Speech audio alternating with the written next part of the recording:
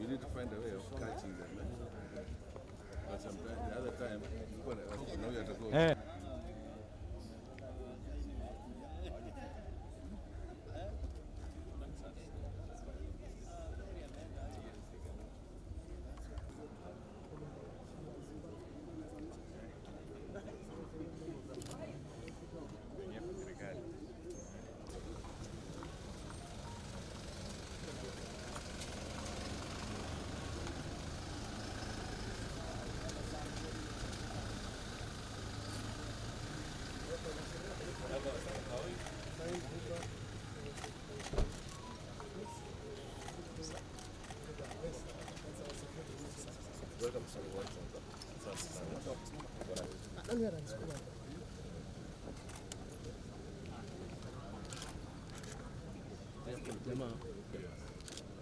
Tusonge. Bwana, nawaambia hawa lakini wasikia wenzao.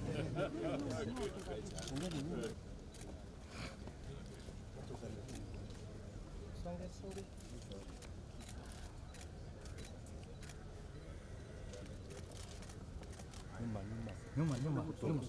Nyuma. Tosha.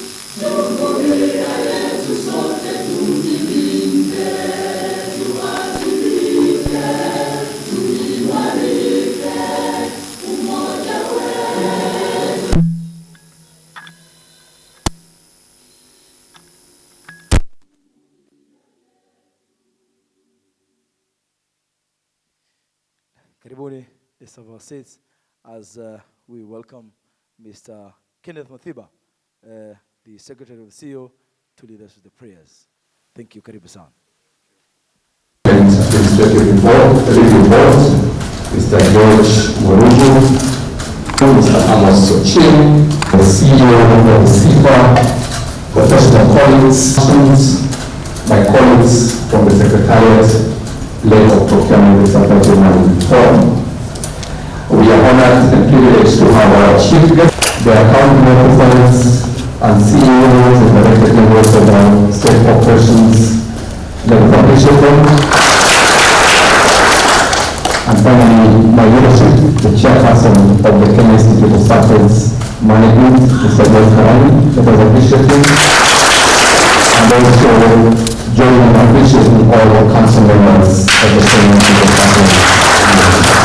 Excellency, the Prime Cabinet Secretary and Minister for Foreign and Diaspora Affairs, the Chairman Kisim, Chairman PPRA, Chairman Review Board, of supply chain management through enhanced compliance and automation of procurement processes are spot on.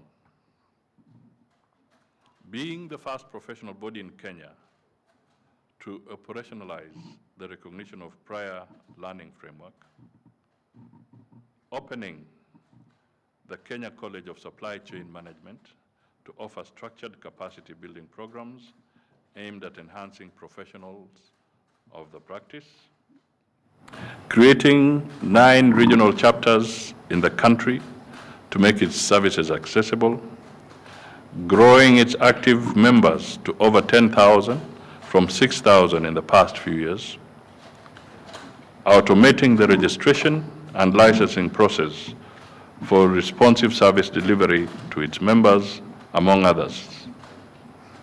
Ladies and gentlemen, let me assure you that my office will continue to work with other ministries, departments, and agencies to ensure that we are well appraised to deliver services to citizens through the laid out performance contracts, medium-term plans, and strategic plans. I am also aware that KISIM is developing a new strategic plan for 2025 to 2030. This presents a great opportunity for your strategic direction to be aligned with the government's agenda to develop a highly skilled, agile, and responsive public sector. It should also foster environmental and social governance best practices. In our continued pursuit of excellence, the government has digitized its essential services, which are now accessible online to all citizens. This initiative, under the digitization and digital superhighway pillar, is driving the future of efficient government service delivery. As part of this agenda, the government is setting up digital centers across the country to enable Kenyans to access government services online and create jobs for the youth. The target is to digitize 80% of critical government services. This digitization plan also requires the procurement of government tenders be done online through the e-procurement system, which the Treasury has elaborated on. This is being piloted in 12 public entities, leading up to the target launch on January 1st, 2025. Digitization can disrupt corruption by reducing discretion, increasing transparency, and enabling accountability by dematerializing services and limiting human interactions. It also allows for more effective oversight by smarter accountability institutions and data-savvy civil society. It should also put rogue elements in our procurement system on notice. The overarching goal for these initiatives is to improve the business climate and expand opportunities for micro, small, and medium enterprises to increase their contribution to national development. A more vibrant MSME sector will procure more locally available goods and services, thus creating jobs, shielding the economy from imported inflation, and spurring development of our local industry. Women and people with disabilities through the AGPO program should benefit more from government tenders in the set quotas.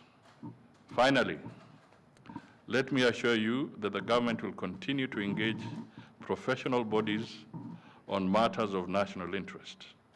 Your contribution as KISIM membership will no doubt positively influence policy development towards effective and efficient delivery. I wish you fruitful deliberations that will lead to concrete actions for shaping the future of our country. Let me just pick up one or two things. Basically, you're all familiar with the Hall of Fame and the List of Shame. We all are aware of it. So the long and short of all I have said, try and figure out, will your name be encrypted in the Hall of Fame or in the List of Shame?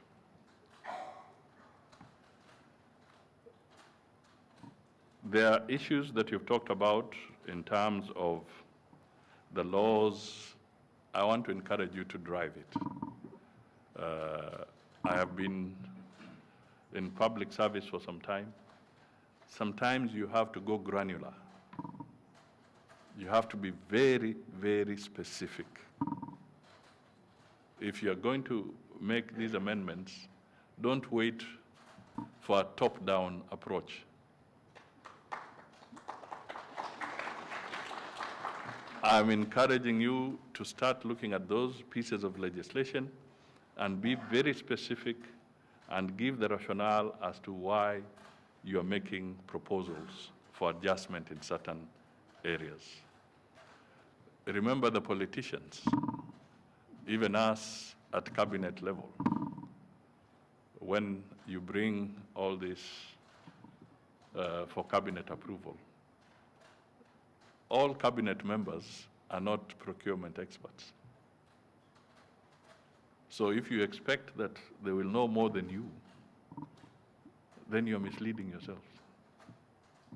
So you have to generate what is good for the country and then persuade the cabinet so that it becomes a bill and it goes to parliament and eventually becomes part of our laws. That is what I would like to encourage you to do.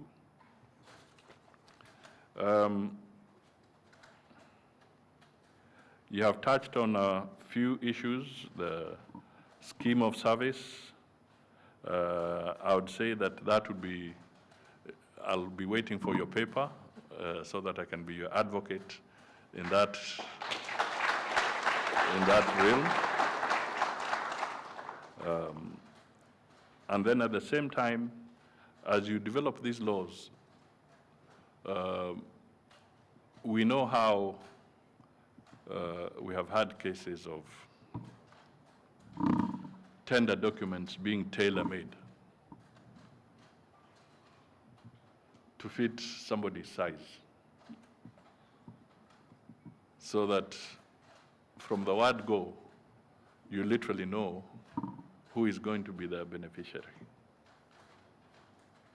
I think you need to work very clearly so that you can distinguish and help us crack this very difficult nut, because there must be a separation of the specifications and the procurement process.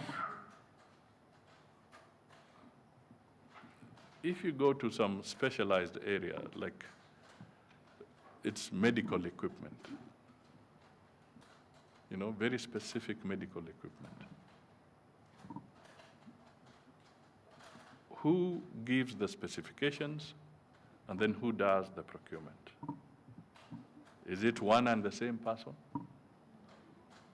So we need to be very careful so that at what stage can you help us crack this nut so that we are not part of a process that is built very, very carefully, and then it becomes very difficult to deal with the challenges that we are facing. Some of the things that we end up procuring, as somebody, I think the chairman said, it becomes embarrassing when you take a walk somewhere out of the country and you go and see what the cost of that item is and what you paid for it in your own country. You get embarrassed, you get shocked, because somebody ametucheza, mtu ametucheza, ama watu wametucheza. So let us be very, very careful on this so that we can use our resources much better. I also would just want to encourage you that as you look at the law, please also pay some special attention to the procurement processes under the PPP. Because as much as we want to encourage public-private partnerships, at the end of the day, we are engaging with public resources as well in some of these areas. So as you craft and look at the law under procurement, PPP is also some form of procurement.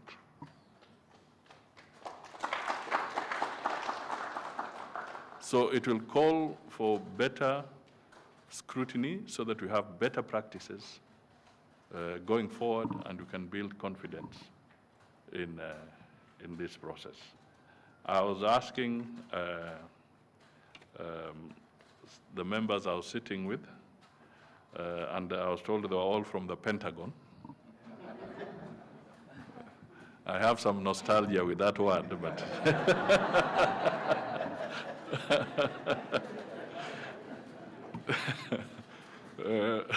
but one of the things that I was just as we were talking, we are beginning to ask ourselves,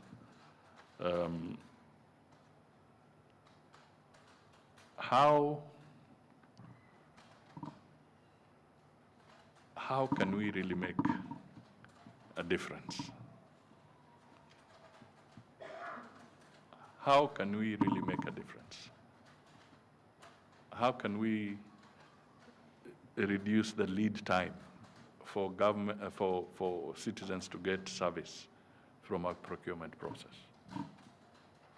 We had a small debate there and asking, why is it that when it is a donor-funded project,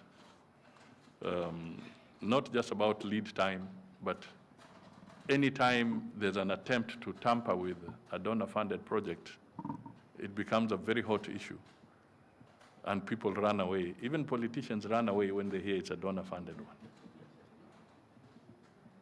But when it is government-funded, totally government-funded, there isn't sufficient fear. You must find a way of making fear run through the veins of these people who try to interfere with procurement. I mean, if you went into the medical space, KEMSA or somewhere, the moment somebody tried to touch KEMSA, the hue and cry and the threat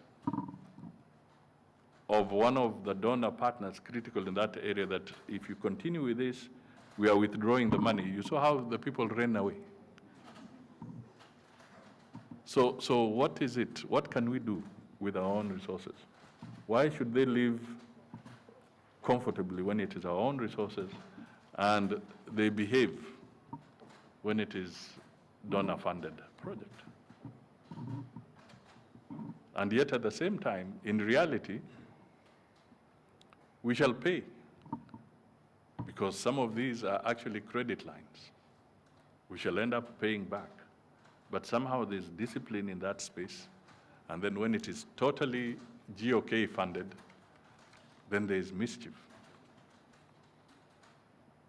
But I bring out this because we have also lost a lot of important projects without naming which particular donor partners over the years. And remember, I also had a 5-year stint in Treasury. So I have a clue on how procurement can cause damage with our development partners. Mismanaged procurement or rigged procurement, the amount of damage it can cause is very severe. You can disrupt a whole education program. You can disrupt a whole medical program. You can disrupt very critical investment in infrastructure because rigged processes have been employed in very critical areas. You can even disrupt critical engagements even with institutions like the IMF and the World Bank, because somebody somewhere has been involved in a rigged process which has macroeconomic implications. And in the process, all the aid program to Kenya is cut off. So you are carrying very, very serious responsibilities as professionals in this space. And my appeal to you is that please conduct yourselves diligently with integrity so that we can secure what is best for Kenya. Always ask yourself, what is the national interest? In all these undertakings you take, what is the national interest? Even a well-procured process at the county government is a national interest. At the national level, it's a national interest. So let us distinguish between personal interest, sectarian interests, political interests, and national interest. If we can focus so that we know that whatever resources we are securing is in the national interest, I can tell you a few years from now, we shall all be very, very proud of each other, and we shall have set a very serious benchmark that can be the reference point for many other countries in this region and beyond. Asanteni sana, Mungu awabariki, and I wish you all the success in this your deliberations, and I declare your formal, your program or convention formally open. Thank you.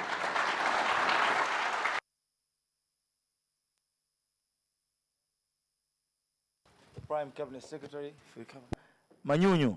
So as they prepare for this, ladies and gentlemen, tuweze kumshukuru mgeni wetu wa heshima hii leo, and is what we call showers of, in a way of saying a big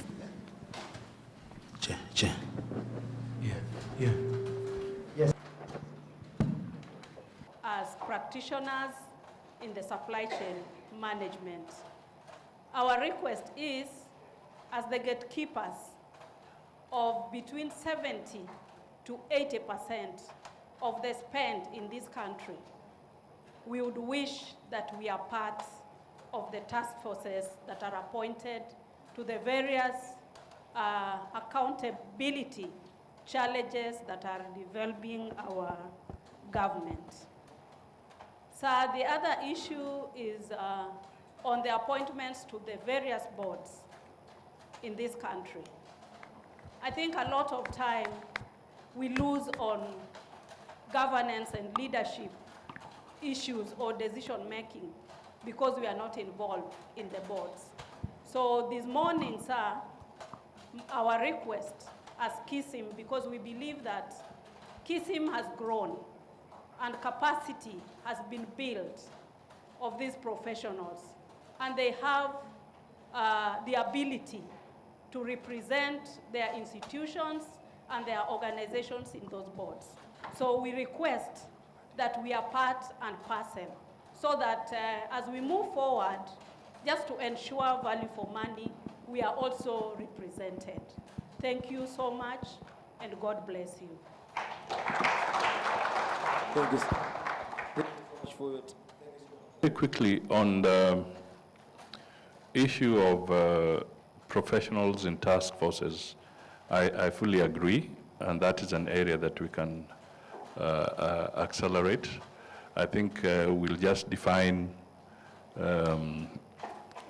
how to get a pool of your data so that this can be something that we can work on quite urgently. Now, on the issue of the corruption and integrity, I spent, if you listen to my remarks, I took quite a bit of time really focusing around that area. One of the things that we are trying to work on is to develop what we might call a governance pact. And in this governance pact, we would like to have some ideas so that we can start talking of a new approach to tackling the issues around corruption and the integrity. So I can only say that it would be good if we can have some suggestions from you, because here we want to define what more can we do. For instance, Parliament today is discussing the conflict of interest bill, which we approved at Cabinet. And we hope it will not be diluted or mutilated to the extent that it is rejected by the President, who has given notice that he hopes that Parliament will eventually produce a bill that meets the requirements to be able to put a big dent on corruption. So we can suggest that, for instance, what other things can the Institute, your organization, suggest that can be integrated into us sealing the loopholes further?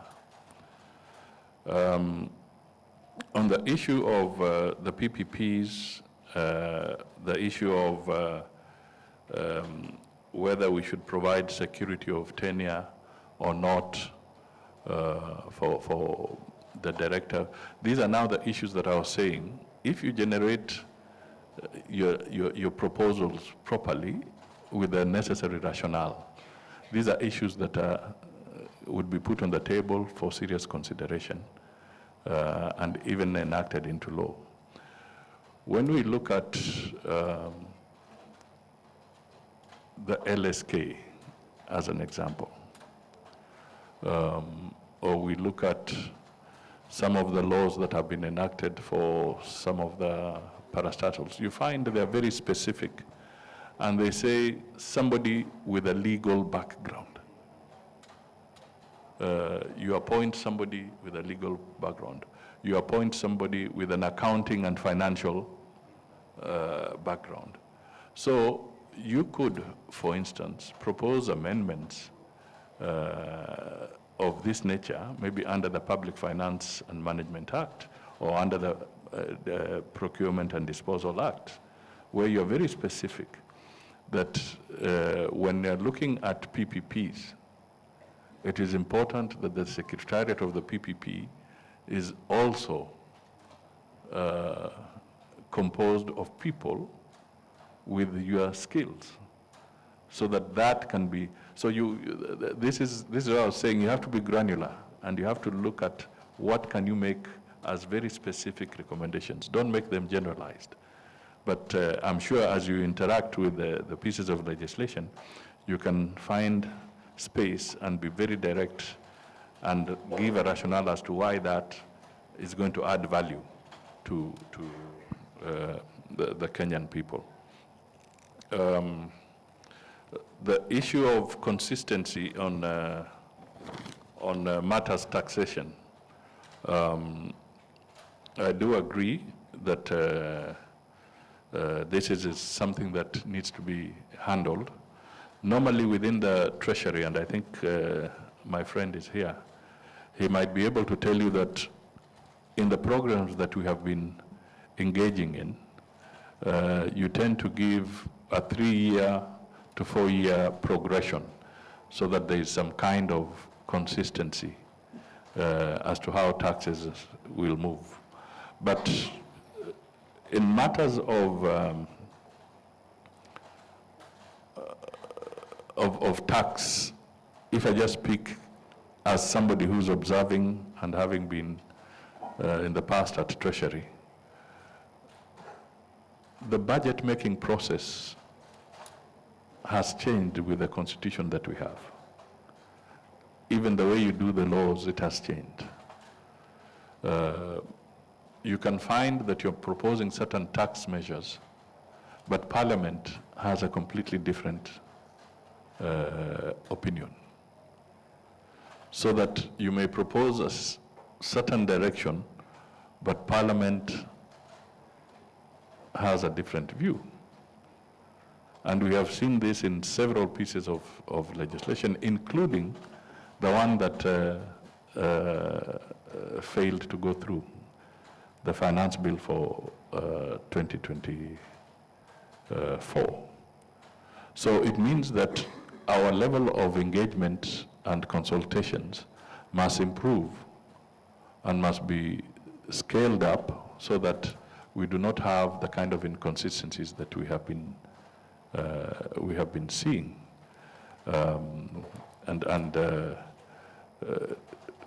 You have to talk to the private sector, you have to talk to the industry, you have to talk to people so that you can have some understanding of where you are going.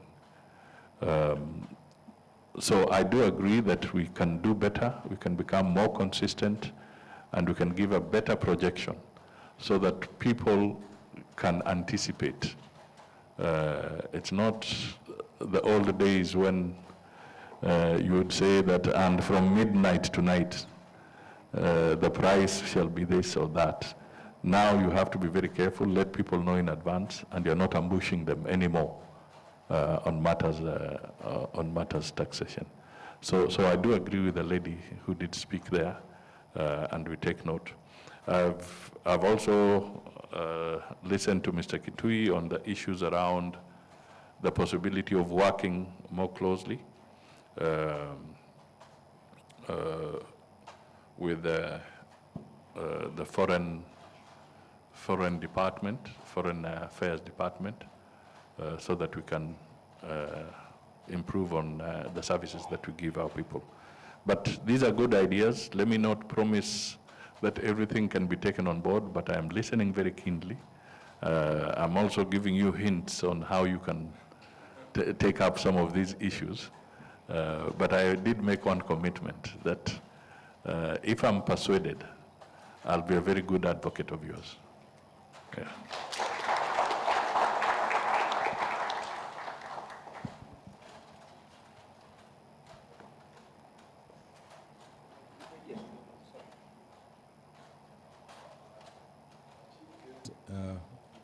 Really has to run, and I think one up.